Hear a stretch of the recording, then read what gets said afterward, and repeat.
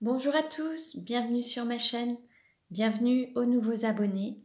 Je remercie les abonnés pour votre fidélité. Je vous retrouve aujourd'hui pour un tirage astrologique simplifié pour les personnes du signe du Cancer pour le mois de septembre, pour connaître la tendance. Alors soit pour le signe lunaire, le signe solaire, lunaire ou l'ascendant. Je vous invite également à consulter les autres vidéos pour avoir des compléments d'information. Donc, nous allons voir un petit peu la tendance sur le mois de septembre pour les cancers. Donc, je vais utiliser différents oracles. Vous retrouverez les références dans le descriptif de la vidéo. Ce tirage ne parlera pas à tout le monde. Je vous invite à consulter les autres vidéos pour avoir des compléments. Et pour une guidance personnalisée, vous pouvez me contacter. Tout est noté en barre d'infos. Allez, alors, quelle tendance pour les cancers sur le mois de septembre? Quelle tendance pour les cancers? Oups, oups, oups, oups. Nous avons quand même deux cartes qui se sont retournées. Je vais les prendre. Et alors, on nous parle. Alors là, on a deux cartes d'ombre. Alors, on a une partie, donc le coupable. Cessez de vous blâmer. Apprenez à apprécier vos belles facettes. Là, on a des cancers qui sont très durs envers eux-mêmes, qui sont dans ce côté jugement, cette culpabilité, beaucoup de dureté, beaucoup comment dire, voilà, de jugement envers eux-mêmes. Donc là, l'idée, c'est de s'aimer tel qu'on est et aussi voir ses belles facettes et voir le bon côté des choses et ce côté lumineux que vous êtes. Ensuite, on a une autre carte d'ombre, l'Amérindien. À trop vous attacher au passé, vous en oubliez parfois de vivre le présent, le temps présent. Là, on vous dit de profiter pleinement du temps présent, peut-être ne pas rester dans le passé, la nostalgie du passé ou la culpabilité du passé ou des histoires passées. Là, l'idée, c'est d'avancer et profiter pleinement de l'instant présent et vivre pleinement l'instant présent, en fait. Ne pas ressasser le passé ni rester constamment figé dans le passé. Donc voilà le conseil pour les cancers pour le mois de septembre. Alors, on continue. Alors, quelle carte pour les cancers sur le mois de septembre? Quelle affirmation positive pour les cancers sur le mois de septembre?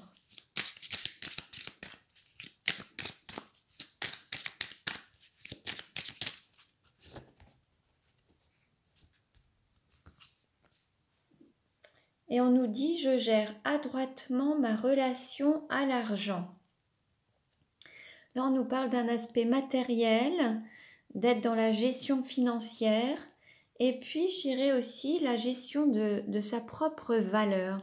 Là, l'argent, je vois aussi la valeur, et le fait de se blâmer, de se juger, c'est le fait de manquer d'estime de soi et de manquer de propre valeur de soi-même. Et là, l'idée, c'est de se reconnecter à la fois à l'argent, au côté financier, mais surtout sa propre valeur et l'estime de soi. Donc voilà. Alors on continue. Donc là, je vais utiliser 3 oracles.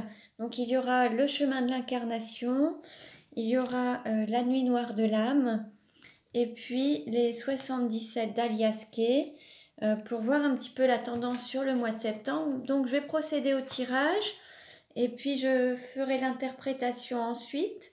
Donc pour ceux qui ne veulent pas patienter, vous pouvez avancer un petit peu la vidéo le temps que je fasse le tirage des cartes. Quelle tendance pour les cancers sur le mois de septembre? Quelle tendance pour les cancers sur le mois de septembre? Alors je coupe. Alors en dos de deck, on nous parle de labyrinthe, de parcours initiatique, de défis à relever et d'expériences de vie. Là, il y a peut-être des choses qui vont peut-être paraître au cancer comme certaines difficultés, certains défis à relever, mais c'est pour mieux apprendre à s'aimer, à se donner une forme de priorité. Il faut prendre ces difficultés comme des expériences de vie, mais c'est vraiment dans l'idée de se donner de l'amour à soi-même. Alors, Quelle carte représente les cancers? Quelle carte représente l'argent? Quelle carte représente le cours ou la formation? Quelle carte représente la maison ou l'intériorité? Quelle carte représente le cœur? Quelle carte représente le travail? Quelle carte représente votre hôte, la personne de votre cœur? Quelle carte représente la sexualité? Quelle carte représente le voyage? Quelle carte représente la carrière? Quelle carte représente les amis ou l'entourage? Et quelle carte représente la douleur? Voilà. On va voir maintenant avec les autres cartes. Hop. Alors, quelle tendance pour les cancers sur le mois de septembre? Quelle tendance pour les cancers sur le mois de septembre? Quelle tendance pour les cancers sur le mois de septembre? Alors, en dos de deck, on nous dit infini, chemin, recommencement, la boucle est bouclée. Là, il y a peut-être la fin d'un cycle pour en démarrer un autre. Peut-être que certains cancers vont arriver au bout d'un chemin, d'un parcours et vont passer à autre chose. Voilà, Après, on peut aussi nous parler de recommencement. Ça peut être aussi le recommencement d'une situation, d'un parcours, d'un certain chemin, de certaines expériences qui n'ont peut-être pas été assimilées. Et là, peut-être que certains cancers pourraient avoir l'impression de revivre encore les mêmes choses. C'est possible également. On va voir un petit peu ce que nous disent les cartes. Donc, quelle carte représente les cancers? L'argent, le cours ou la formation, la maison, le cœur, le travail, la personne de votre cœur, la sexualité, le voyage, la carrière, les amis, la douleur. Voilà. Alors, on continue. Maintenant, avec les 77 d'Alias Kay, quelle tendance pour les cancers sur le mois de septembre? Une carte à sauter. On nous parle peut-être de solitude ou d'isolement ou d'introspection. Alors, quelle tendance pour les cancers sur le mois de septembre?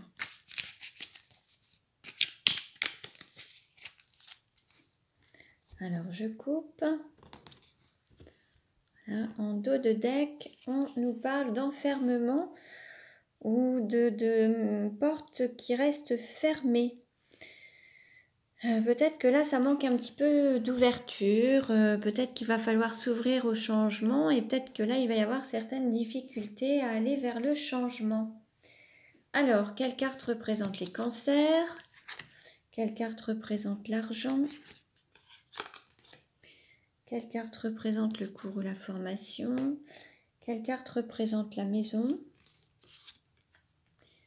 Quelle carte représente le cœur? Quelle carte représente le travail? Quelle carte représente votre autre ou la personne de votre cœur? Quelle carte représente la sexualité?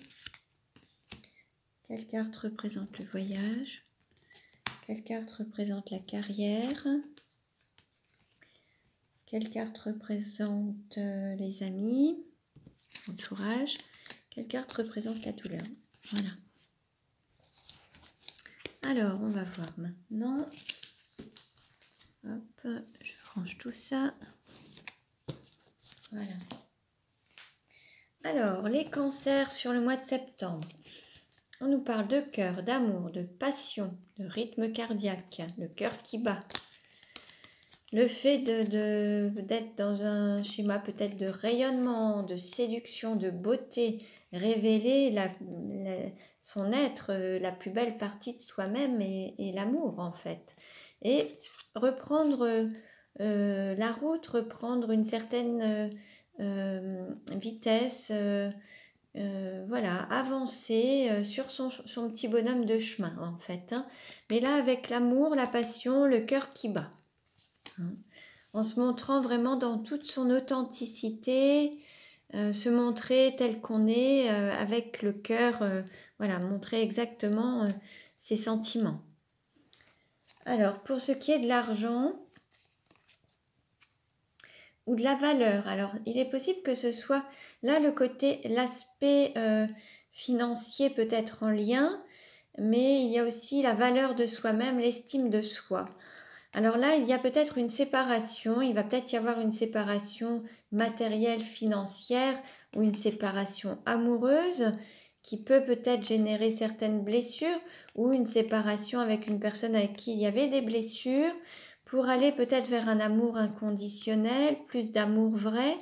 En tout cas, là, il y a peut-être quelque chose où il y avait des peines de cœur par rapport à un aspect aussi voilà, de manque d'estime de soi dans une relation ou un manque d'amour ou il y a quelque chose qui n'était pas totalement qui était pas totalement épanouissant. Et là, c'est pour aller vers plus d'amour de soi-même et dans une relation plus dans un amour comment dire, authentique et réciproque en fait. Hein. Ensuite, on nous parle de alors au niveau de la formation. Alors, on nous parle d'une personne peut-être du signe du taureau, d'un ascendant taureau ou d'un signe lunaire taureau. On nous parle de gestionnaire, on nous parle d'élévation spirituelle et peut-être de couper des liens. Là, il va falloir apprendre à gérer ses émotions. Pour pouvoir s'élever spirituellement, il va falloir couper des liens, des liens toxiques, des relations, des habitudes, des vieux schémas. Il va falloir se couper par rapport au passé pour avancer et s'élever. Il y a des choses qu'il va falloir couper, apprendre de ses expériences passées pour avancer vers le changement. Hein, et tout en coupant peut-être une partie avec le passé. Il va falloir se libérer de certains schémas toxiques du passé pour s'élever et avancer vers le changement. Alors, en gérant ses émotions, et puis peut-être aussi prendre le taureau par les cornes, au sens où il va falloir peut-être apprendre à gérer sa propre vie et à être maître de sa vie, en fait, hein, pour aller vraiment vers une élévation spirituelle, personnelle. Voilà, il va falloir peut-être couper des liens, couper des choses pour, en prenant le taureau par les cornes pour vraiment avancer et s'élever. Alors ensuite, pour ce qui est de la maison ou de l'intériorité, on nous parle du lion, alors soit d'une personne d'un signe de lion, d'ascendant ou signe lunaire, d'orgueil, d'amour vrai, de réciprocité et de s'élever, d'avancer, de s'élever ensemble. Alors là, il va y avoir au niveau de l'intériorité ou de la maison, en tout cas, il y a une personne qui peut avoir un tempérament peut-être faire preuve un petit peu d'orgueil par moment et qui va s'élever à travers une relation amoureuse en écoutant son intériorité et va pouvoir s'élever spirituellement également. Et là, ça va être au niveau d'un foyer, d'une... Peut-être que dans la maison, il va peut-être y avoir une personne qui va être touchée au niveau de son orgueil.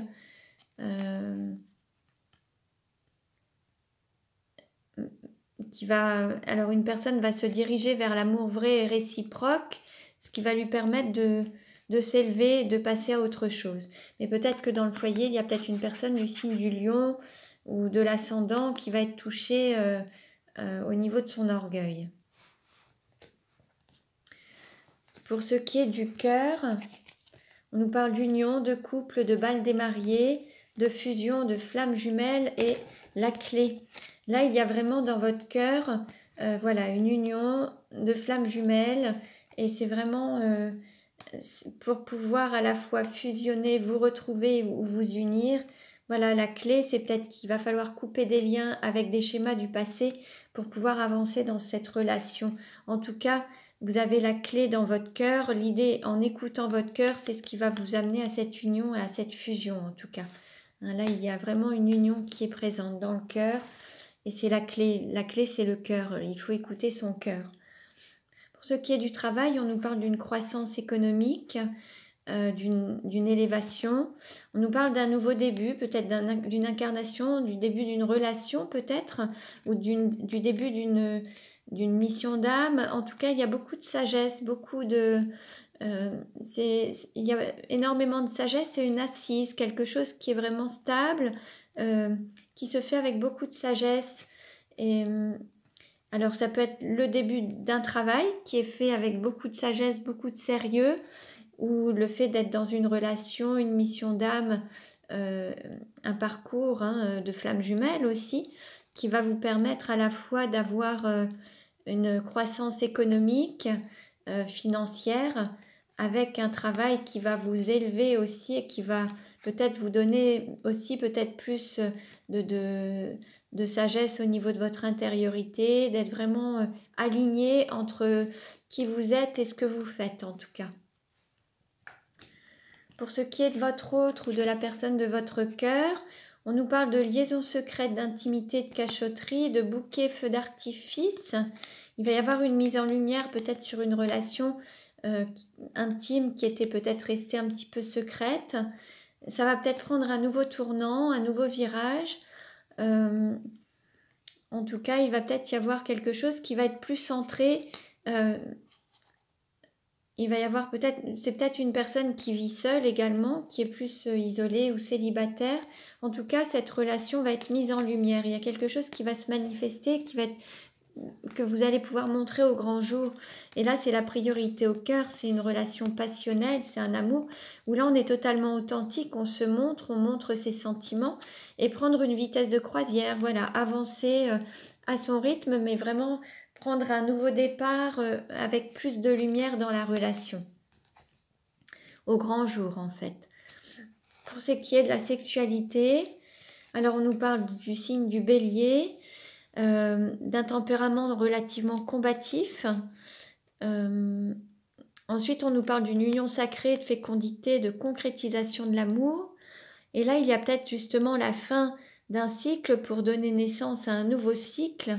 Il va peut-être falloir couper ces fameux liens toxiques ou peut-être se battre un petit peu par rapport à peut-être un parcours là où il y a justement peut-être la fin de quelque chose, une séparation où ça ne se passera pas forcément dans les meilleures conditions. Il y aura peut-être des blessures ou quelque chose qui va... Voilà, la fin d'un cycle pour donner place au nouveau et à l'amour vrai. Et là, il va falloir peut-être faire un petit combat, un petit conflit pour aller vers cet amour authentique, cette union sacrée. Il va falloir couper des liens, mais il y a quand même cette protection pour pouvoir renaître en fait. Il va falloir cesser quelque chose pour renaître, donner naissance à un nouveau lien. Ensuite, on nous parle du voyage. Alors là, il y a un parcours, le chemin de vie, la mission de vie, trouver sa voie. Et il y a justement, peut-être qu'il y avait une relation triangulaire ou une énergie tierce, une personne était peut-être en couple et l'autre célibataire. Là, il va y avoir une séparation qui va peut-être permettre à l'une des personnes d'être libre et autonome pour pouvoir reprendre sa place et son chemin. Et ça va être justement en coupant des liens avec... voilà, pour pouvoir s'élever et grandir. Il va falloir prendre un petit peu le taureau par les cornes pour couper des liens qui n'ont plus lieu d'être. Pour ce qui est de la carrière, alors, on nous parle de livres d'apprentissage, de connaissances et d'ouverture, d'instabilité, de turbulence et de soif.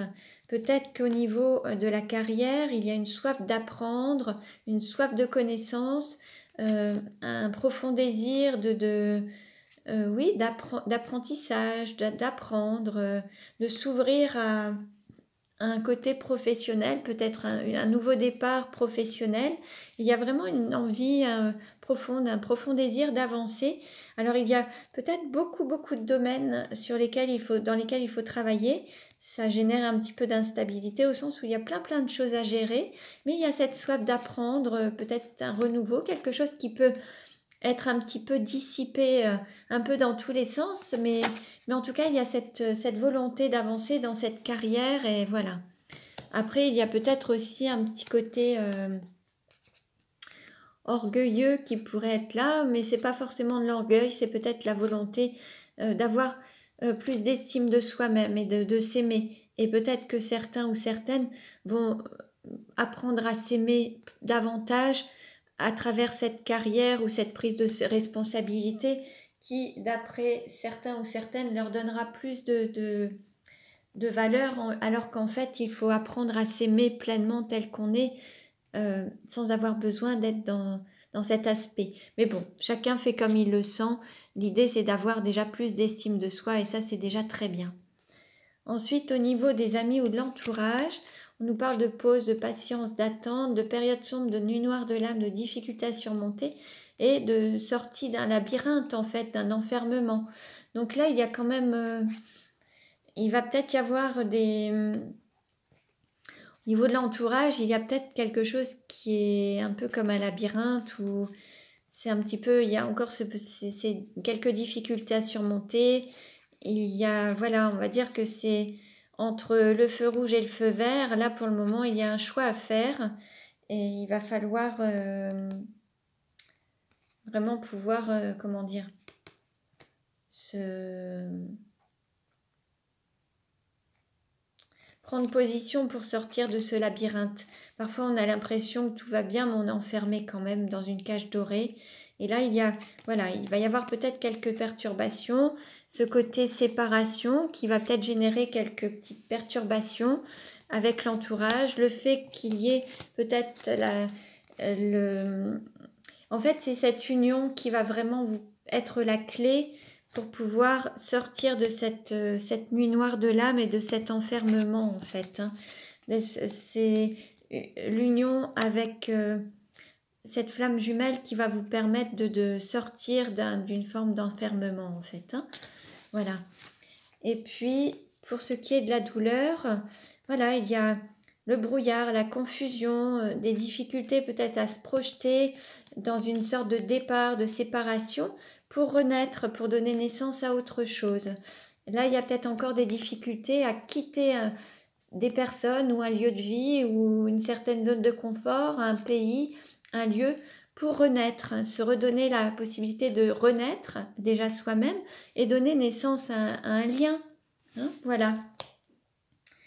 Donc voilà pour les cancers. Donc ce tirage ne parlera pas à tout le monde. Ne prenez que ce qui résonne en vous. Vous pouvez consulter les autres vidéos concernant vos ascendants ou signes lunaires pour avoir des compléments d'informations. Pour une guidance personnalisée, vous pouvez me contacter. Tout est noté en barre d'infos. Vous pouvez aussi vous abonner à ma chaîne pour recevoir les futures vidéos. En cliquant sur les notifications, vous recevrez les nouvelles vidéos au fur et à mesure. Donc voilà, je vous remercie pour votre écoute et surtout, prenez bien soin de vous.